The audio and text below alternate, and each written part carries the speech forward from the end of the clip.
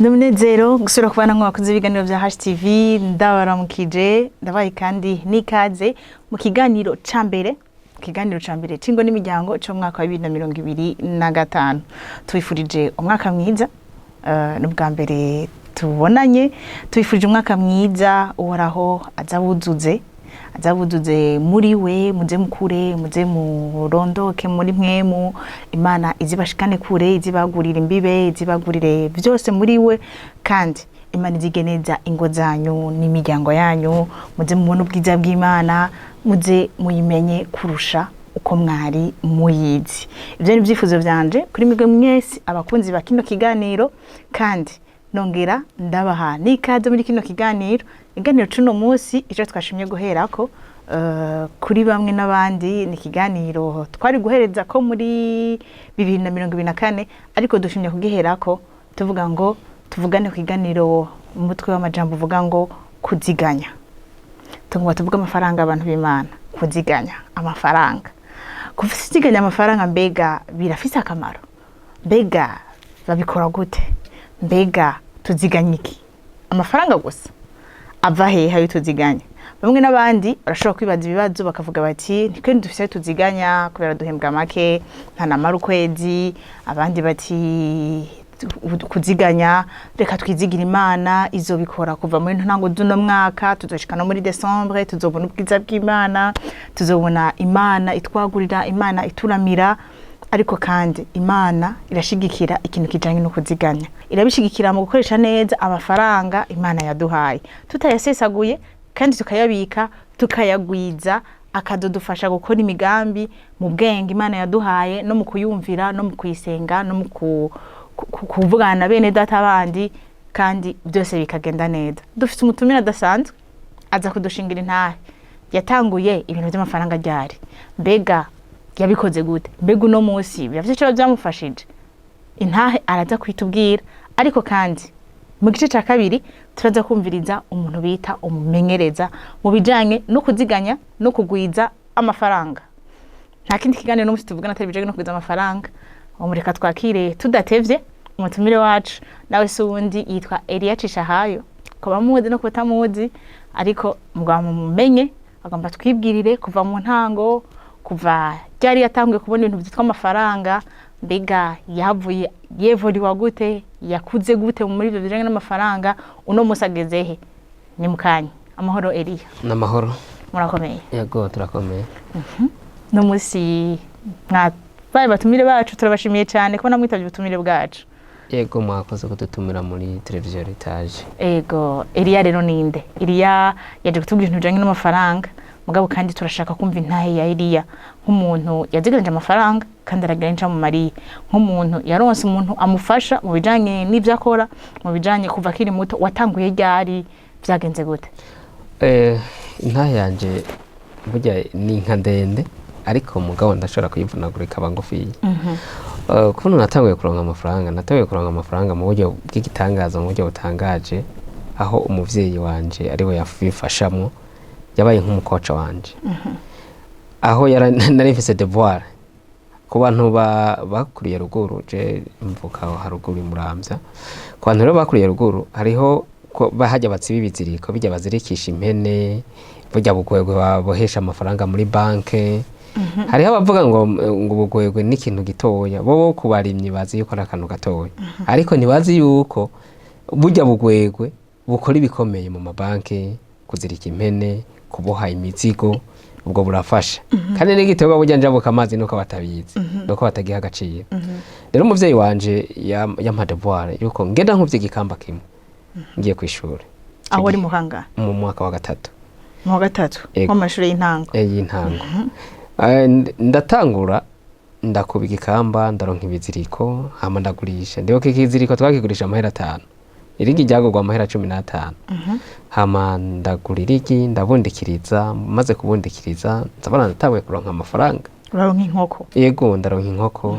Ico gihe narose inkoko zibiri, ndose inkoko zibiri hama ndazigurisha hama ndagura udukwavu. Abavyeyi sinasubiye kubagora ngo ni mu mpe ikaye n'ikaramu, ndace ntangura kuronka amafaranga. Ntanguye kuronka amafaranga mu nyuma ndatangura kudandaza ndibuka umutahe w'ikarato natanguriye ko kudandariza ko wavuye muri ryarigi nanje vyarantangaje. Ndibuka narayikota iyo karato. Ikarato yiki? Yari karato y'ikinyobwa, y'ibinyobwa. Iyo karato rero ndibuka uwayintije nawe ntiyanyaka amafaranga. Yavuga ati mu ndwi nzoza kunywa icupa rimwe. Yanywa icupa rimwe. Munyuma rero aratinda aravuga ati rero uramaze kumenyera kandi uramaze kwiteza imbere. Iyi karato sinoguma nza kunywa icupa rimwe. Nuyingurire.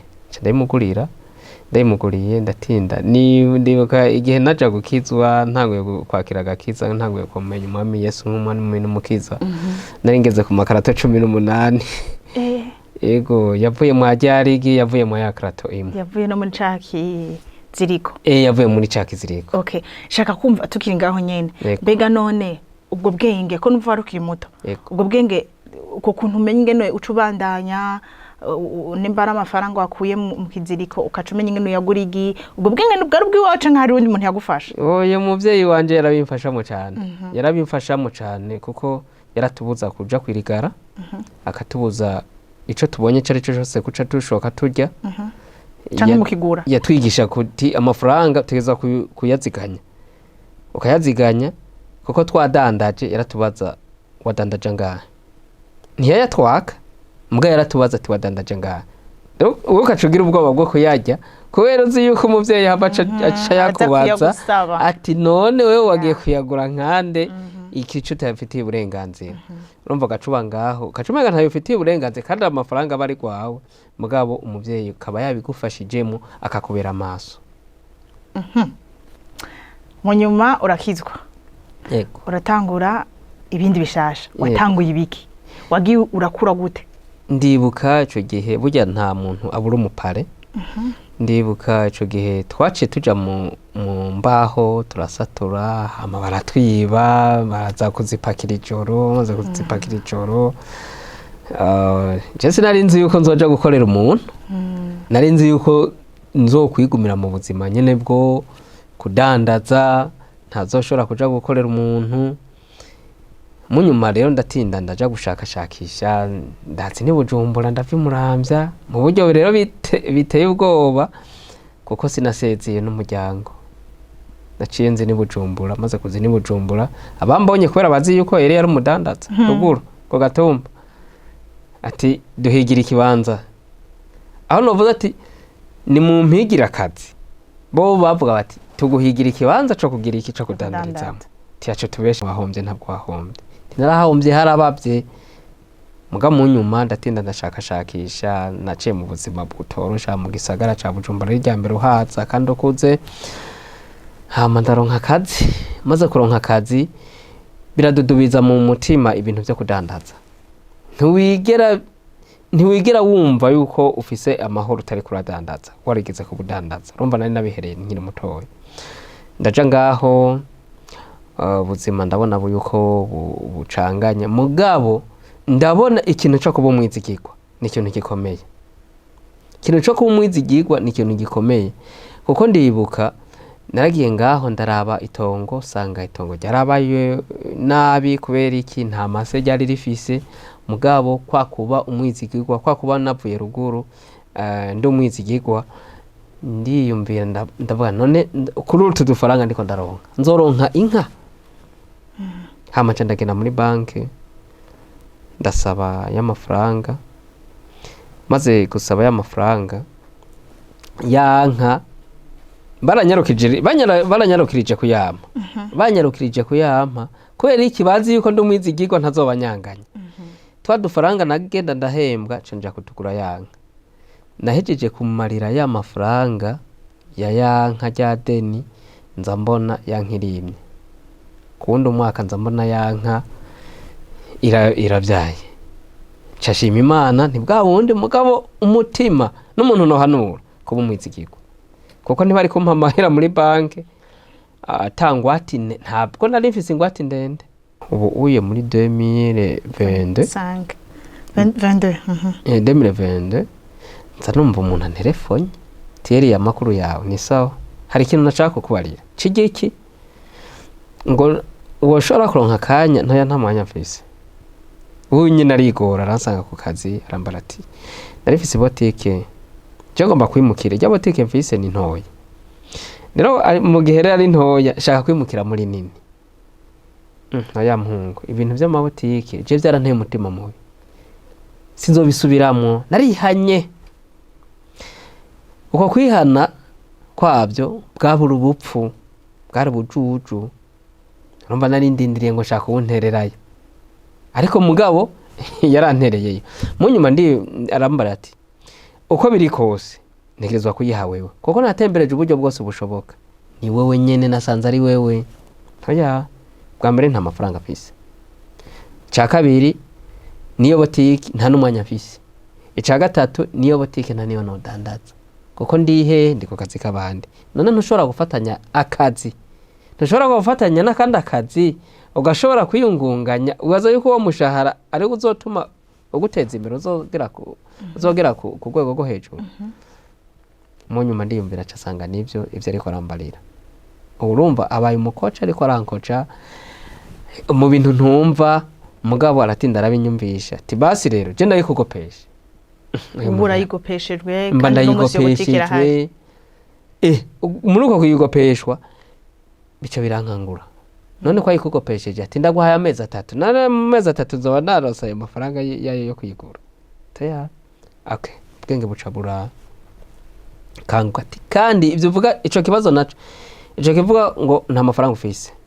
Ndayikugopesheje. Ico nari kibazo naco ngo nta mukozi ufise. N'umukozi ndamukurondera ndamugushiriremo. Erega maze kuri ayo mezi 3 maze kudodora ndaja gukontrola. Mbona hari ikintu. Byace bimpa ipica yo guhiga amafaranga casubira umukoresha ndace ndamuraza adasinziriye. Nyandikira duhemberwa muri bank nyandikira ndagusaba credit hama nikorera umugambi amafaranga nace ndaronka baca barayampa hama kuri twatundi nagenda ndiyungunganya twaturima ndibuka nari narateye igipimo c'ibiti mwakwa kwitegekaniriza kazoza ko navuga nti kwitegekaniriza kazoza kanje ko mu Butama nzotera ibiti kugira ni nabo Mutama nzaze ndikora kuri ivyo biti caragurisha ivyo biti hamaca ndongereza nako ga credit ko muri bank ya boutique cyo ndayigura ica irabiwa iyo wanje casanga rero ahubwo nari narakoze ubujojo casanga ahubwo ya boutique ku mafaranga yinjiza inyinjiriza amafaranga hakwa kuba double y'umushahara mpembwa. Urumva ubwo bwari bujuju. Eliya rero shaka kumenya ryari yatangiye kuziganya amafaranga. No kuvuga natanguye nkiri muto. Kuyabika ukayareka kuyakoresha. Ego. Akazovamo ikintu kinini. Ego. Natanguye nkiri muto muri bwa bwana bwanje. Urumva nari narateguwe umuvyeyi rero yaranteguye. Cya kindi ya image imwe mu bwana niyo nubu yagumigaruka niyo nubu burya ngoma nkoresha kuko ndafise beshi bamaze kuba mfasha kandi nabone bamaze kuba batera imbere.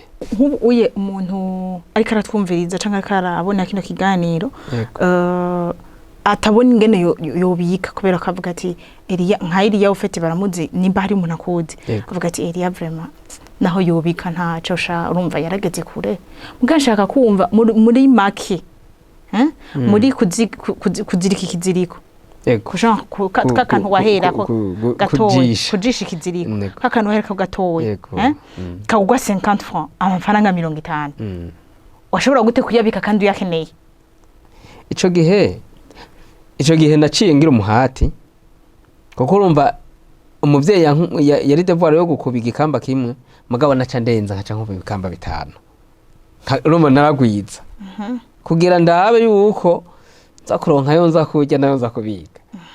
Mugabo warayabika. Narabika. Wayabika wayaha umuvyeyi canke oya aho yamuhaye ayambikira yavuga ati nawe no yabike haheze indwi zibiri y'amafaranga ari akayambatsa. Hanyuma urakura. Yego. Uragura inkoko. Yego. Inkoko irata. Yego. ziragwira Yego. uragenda urashika kuri yakaziye Yego. yakaziye urayisimba uragiye ubu no musi ushitse ku boutique Yego. no musi rero ushitse ku boutique iboutique iguha le double y'amafaranga wari uhembwe Yego. mugabo kandi n'ubu uracaziganya Yego. nshaka kumva rero wakoresheje rero no buzima bwo mu gisagara buragoye tuje mu bintu bisanzwe gisa mu gisagara Eliya ba mu gisagara umuryango w'uba imuramvya ayo mafaranga yoteranije uravye vyakweri ayo mafaranga akamara ukwezi none ubandanya gute ubika amafaranga kandi nawe ufise atamara ukwezi aha uko ndabikora nk'ubu mu itongo ruguru ndavuze itongo urumva turarima ibiharage turarima imiceri yo ku mitumba turarima ibijumpu icyo nahanye na madame uje sinzi kugurisha ibitoki byo mu rugo ndabimuhebera ndabimaze kubimuhebera akabigurisha ibiharage ni mubirye kugira binkingire sinje gusuma bica binkundira yuko ukuntu ushobora kugira iki kuziganya y'amafaranga y'umushahara y'amafaranga ava ku ibotike kugira dushobore gukora ubundi umugambi uri imbere. Ndumva mwebwe mwarafashe mwaravuganye Yego n'umuryango muriga uburyo bwo bafasha yego kuziganya amahera y'imigambi amafaranga y'imigambi mugambi mwarabivuganye. Turabivuganye. Rero nshaka kumva Eliya ari Bujumbura sasa yanose yandi boutique aya yandi yakorera hahandi akora uraziganya kandi sivugishije ukuri ushatse woyajya ukayamara. Yego kandi woyamara neza cyane ni minota ibiri ni gikindere kica gituma umuvuga uti reka ngume nziganya reka ni ubigenza gute uheba iki kugira ushobore kuziganya. Ico mpeba igikuru no kuyimikirori irigara rero hariho amarigara nejo hariho abagenzi uzosanga ufise abagenzi babi uzosanga ufise abagenzi bameze nk'umubu umubu uraza kukunununza ukacuza gusiga ugutera imingwaro ugaca wigorokira kwigira karogeze aho igice usaba cumeneka kidininda abagenzi babi. Ikindi naco ukiga kuzuraganira nabajya babishoboye bajya bakurusha imyaka bajya ubona yuko nabo bateye imbere bamaze kwiteza imbere ukazuraganira nabo bica bigufasha nawe kuzura honyoza kirenge mu cabo. Okay. Yego. N'umunsi rero Eliya afite imigambi kandi ariko arayiziganiriza. Yego. Bashobora kutubwira mu kuziganya ubika amahera hehe? Uri kumwe n'abandi canke uvuga uti je ndayakura ko nkashira kuko hari uburyo bwinshi bwaho tubika amahera uyabika. Mbo mu kuziganya kwanje amafaranga ndayegeranya yandi yo kwibotike nayandi ko kuri konti nayandi bampemba ugakuramo kamama ikoresha ndakuramo ayo nkoresha ndakuramo yo kugura gasabuni k'abana baca kwishure ndakuramo aya makaye y'abana hama yandi asigaye kuri konti campanga umugambi runaka. Uyagumiza kuri konti. Yego campanga umugambi runaka kuko muhira ntuzubika y'amafaranga muhira bazoca ashobora kuza bakayagutwara canke ukayakoresha ibintu bitafise umugambi ibintu bidafise umugambi mugabo ari kuri konti ari igirugira ubunebwe bwo kuca kuyatora kuri konti mugaca usanga wikingiye ugaca usanga wayakingiye. Rero mu gihe uko uziganya hariho n'utundi duproje uri kurapanga turi imbere yawe kandi rero muri utwo ufise igituma uri kuraziganya. Yego no kuvuga proje abandi nk'ubu bariko bararima ibigori bariko bararima ibiharage nk'ubu nanje bo ndiko nditegura kuzorima hariho uduterwa duto abantu bariko birengagije kandi tuzana amafaranga cyane turiko turanaronderwa ngaha aye turiko turanazunguruka ngaha muri kino gisagara ca Bujumbura dufate gapiripiri ngaha aye muri kino gihe ninza habo nta naho kava indimu kariko karima bake indimu amavoka ivyo bintu biriko birima abantu bake ntibariko barabibona mugabo je rumva naciye sinarigiye kurima indimu canke amavoka canke nagiye nimbiriye kurima igiterwa cyo kurima ipiripiri kandi ndabona isoko rirahari ariko mugabo bariko barabikora ni bake ivyo rero navyo biriko birambabaza.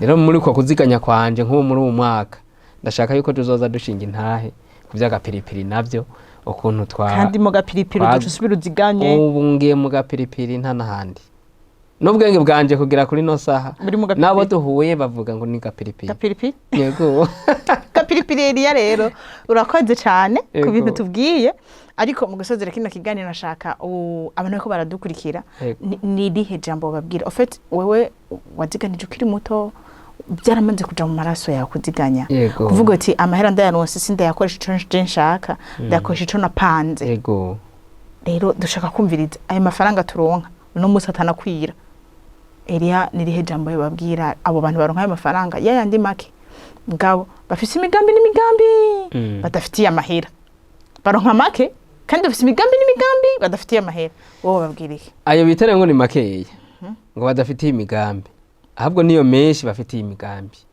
Tegura umugambi ukwiranye n'amafaranga ufise, uhere hasi ntuhere hejuru, kuko ni wamara guhera hejuru uzoca ukoroka udatevye. Rero abantu benshi rero umwe yaragwariye ku kidengeri ngo singire ubuntererayo uzoca uduzwa n'abandi. Wa wundi rero wa wundi wari witeze ati singire ubuntererayo iterereyo, hama aza kugukurayo wamaze kuyitererayo, kuko utitereyeyo bazomenya gute yuko wamaze kugwa ubishaka. Mu gihe rero ubishaka witereyeyo naba bandi bazoca babona yuko ubishaka, bazoca babona yuko hari ico ukeneye, hari ahantu ushaka kugera. Elia urakoze gose. Murakoze. Ibi bintu Elia yaje kutubwira birakomeye gose kandi birahambaye abantu b'Imana. Kuziganya si bishobisho, si ibintu umuntu yiyumvira ngo amaca abikora, kuko ni bimwe dukora tuje tubiheba, no musi tukabikora ejo tukabiheba, ukundi kwese tukabiheba, umwaka warangira tugasanga ntaco twakoze. Nakajyo keza ko ni mwese muko muradukurikira, kubera ko turi mu kwezi kwa mbere kufatira iyo ngingo. Gufata ingingo ivuga ngo uno mwaka nzoziganya. Nzoziganiriza iki? Nzoziganya gute? Nzoyabika hehe? Elia yadufashije atubwiye yuko bafise umumenyereza. Yaronse umumenyereza kuva kiri umwana, amumenyereza ko amafaranga aronse atayakoresha ibyo ashaka, ariko yakoresha ibijanye n'umugambi yiyumviriye. Umugambi ukamufasha kwiyumvira umugambi, kavuga ati ndayabitse ninashika nayanga nuko nzoca ngura iki. Ivyo rero biri nkenerwa mu buzima bwacu, ni bimwe n'ababwira Imana idufasha, ni bimwe n'ababwira Imana idusaba ko tudasesagura ivyo yaduhaye, ariko tubibika tukabikoresha ibidufitiye ikimazi. Ubuntu bw'Imana bubane namwe, ariko mukanya mu gusozera kino kiganiro cacu tuca tubereka umumenyereza aje kutubwira mbega ibyo bintu byo kuziganya twobikora gute neza. Elia yadushingiye intahe, muri iyo ntahe yadushingiye harimwo ivy'ingene twobikora, mugabo henge mu vyumve neza. Uwo mukoci nivyo akora imisi yose, araza kubibwira, araza kubabwira ivyo akora, araza kubabwira ingene mwo bikora, araza kubaha impanuro zose mukeneye kugira ngo muve muri kino kiganiro mwigiriye inama yo kuvuga ngo ejo nzotangura.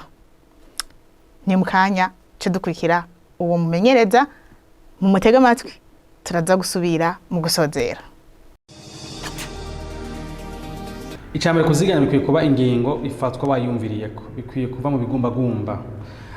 Nk'ubu wiye washaka guhana umuntu avuga neza akakwigisha kuziganya, ugacugira ibigumbagumba, ugaca utanga kuziganya bukeye mu gitondo. Mugabo iyo uziganije utavyumviriye, utabikoreyeko sivyo. Kuziganya rero biva mu bigumbagumba bikaja mu nteguro.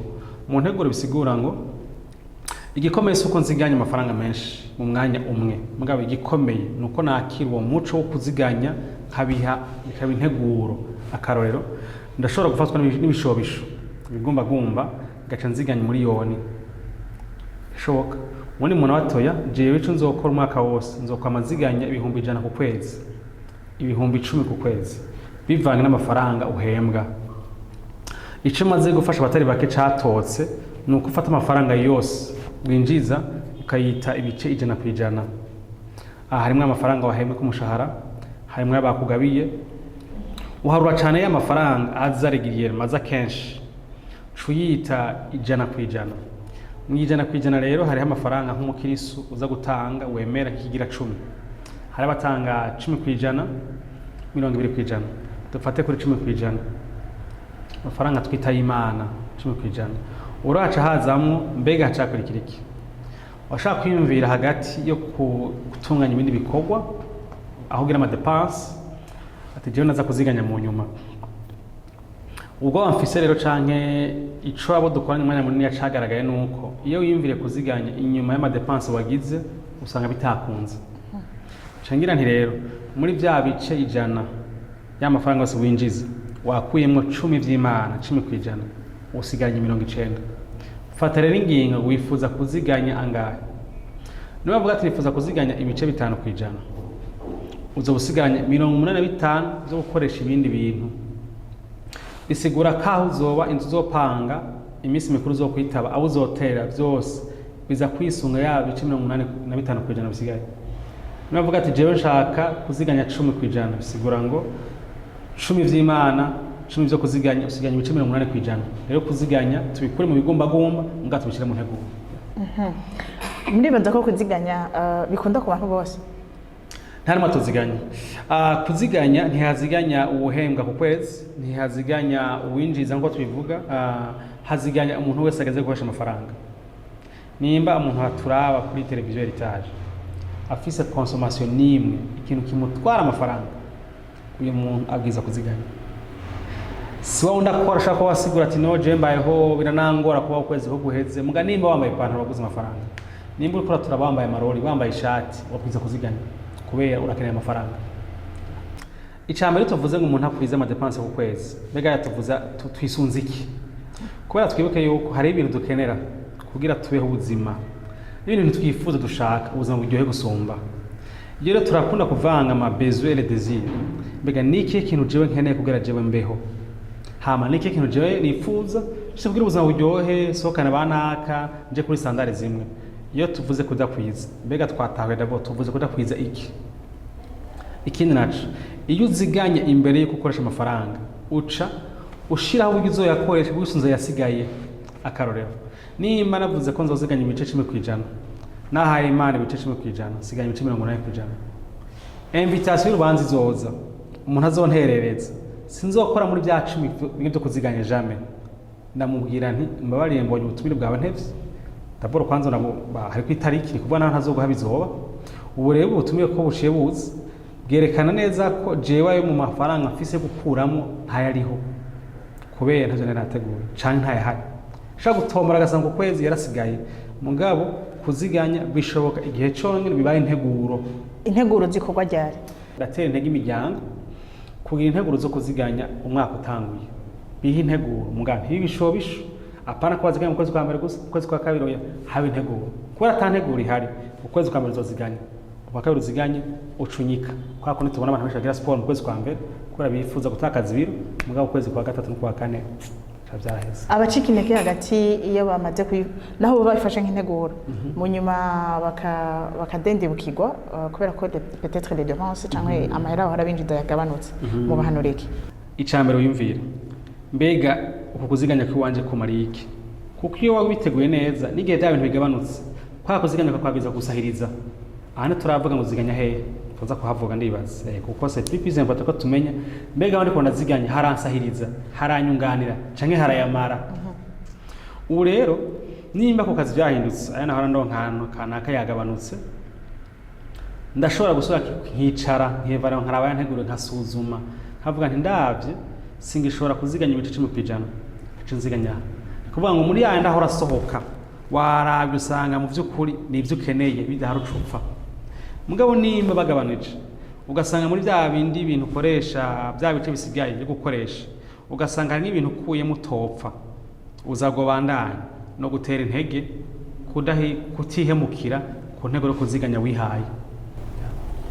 Umuntu aziganya faranga aryosha ziganijwe ahantu aho bushoboza abandi kuyakoresha akayagwiza.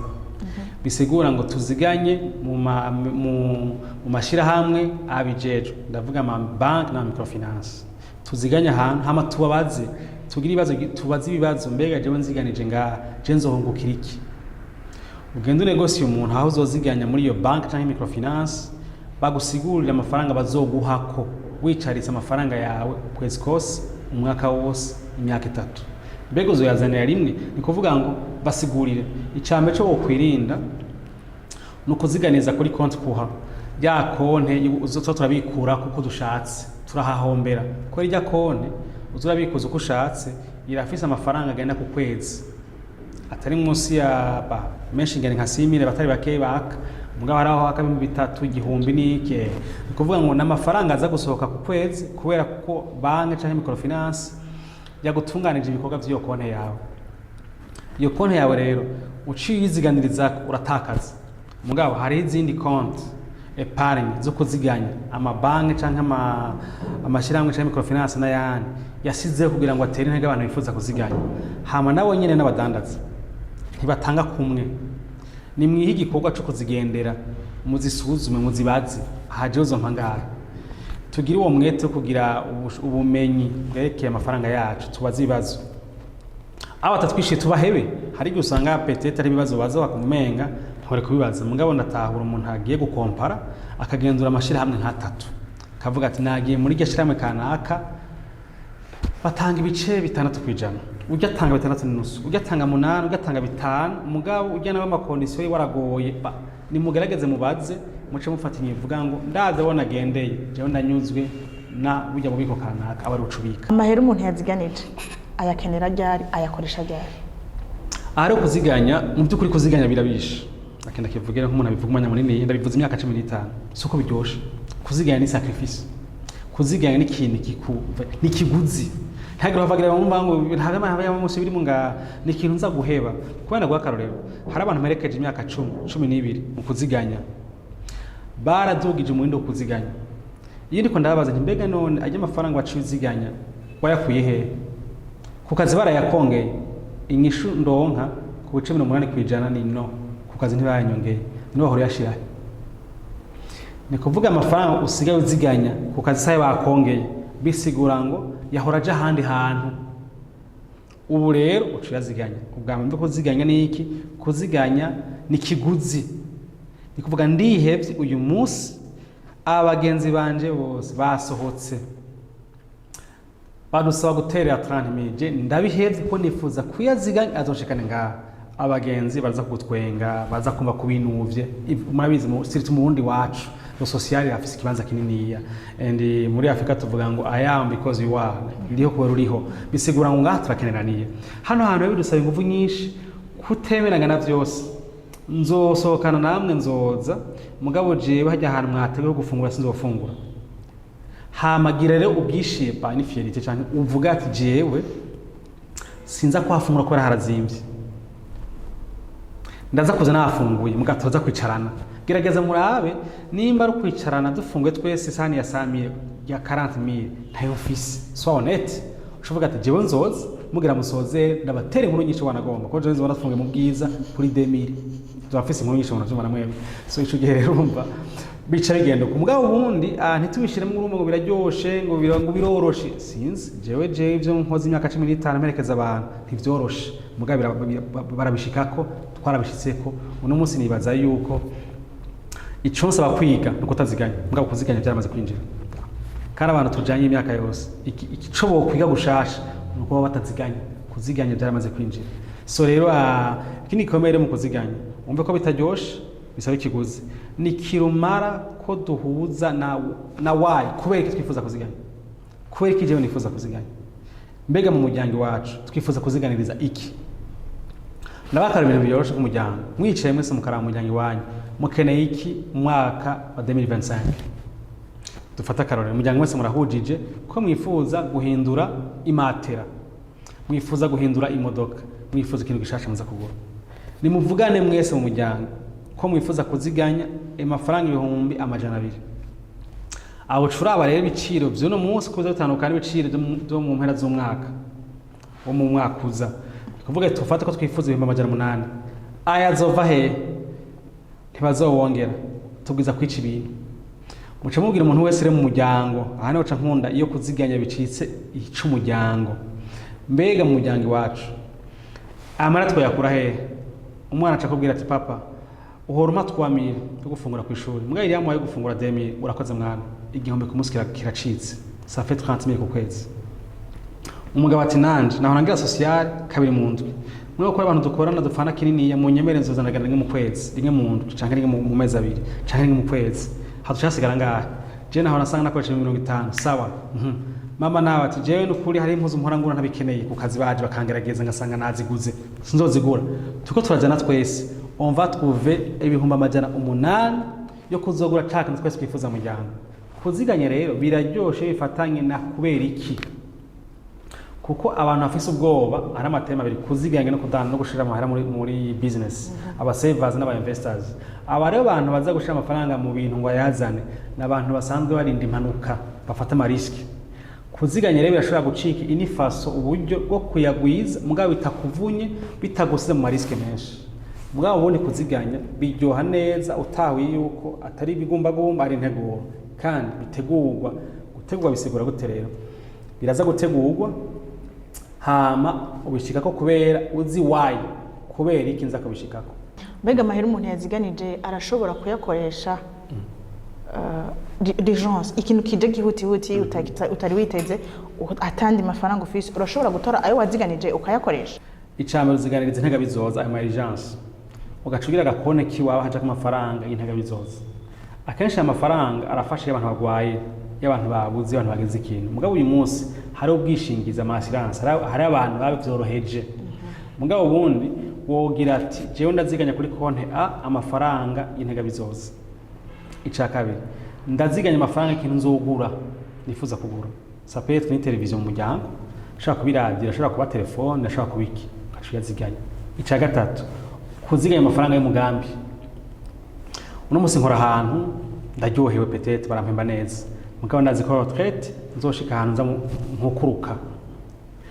canka akazi kafise contrat y'amezi abiri mugasi nifuza ko amezi abiri aheze zoca mbimbwa nifuza ko amezi abiri aheze canka umwaka imyaka 3 iheze canka nkora umugambi wanje umugambi uzontwara miliyoni 50 bipfiza rero ko mu mafaranga yose ninjiza uyu munsi nza ndabika miliyoni ku kwezi amajana 5 ku kwezi amajana 2 yitwa yiki ayo wa mugambi rero ni byita tuziganije ahantu hatatu icambere tuziganya ahantu tuzoturakura baye ngombwa hageze icihuta intega bizoza icakabere tuziganye ahantu tuziganiriza ikintu kanaka cyempirika twese dukeneye abubakanye imiryango hama ubwa gatatu nziganiriza umugambi ibintu rero nikirumara ku bantu bashasha bakundana bifuza kuba kugwabo muri 2025 don't miss this opportunity ni muvugane ibintu birakomeye nk'urugo rushasha mbega kuziganya bitahora gute habagira bubakane mbega muvyumva kumwe mbega ni waziganya intega bizoza azobitahora mugenzi wawe mbega amafaranga muziganirije iradio muzogora ikinga muzogora imodoka muzogora nico mwakoze mbega amafaranga mugambi muko muravyubahiriza ibintu byose rero bice bigirane muce mu bifatanye umuntu yaziganije muri 2024 biramunanira kumara umwaka y'amafaranga arayakoresha hari ingufu zindi mwamutera muri 2025 urakoze cyane mu byukuri hari integuro nyinshi twiha mu ntango z'umwaka mugabo ku mwaka ugenda bikatugora iki cyane dukeneye kugira umugenzi agufasha gushika ku byo wiyemeje uyu mugenzi swama hubu agusiga inkore ku maso ubu n'umuntu akukebura bakosheje accountability partner uyu umuntu afasha nkamubwira nje uyu mwaka nifuza gushika ku miliyoni bice bisako nziganya 4 ku kwezi canke 40 amafaranga sinabaza zanyonga ku kazi nzoheba ibi ukena mugenzi wawe kubaza ngo ugejeje he nimba bavuze ko yifuza kuziganya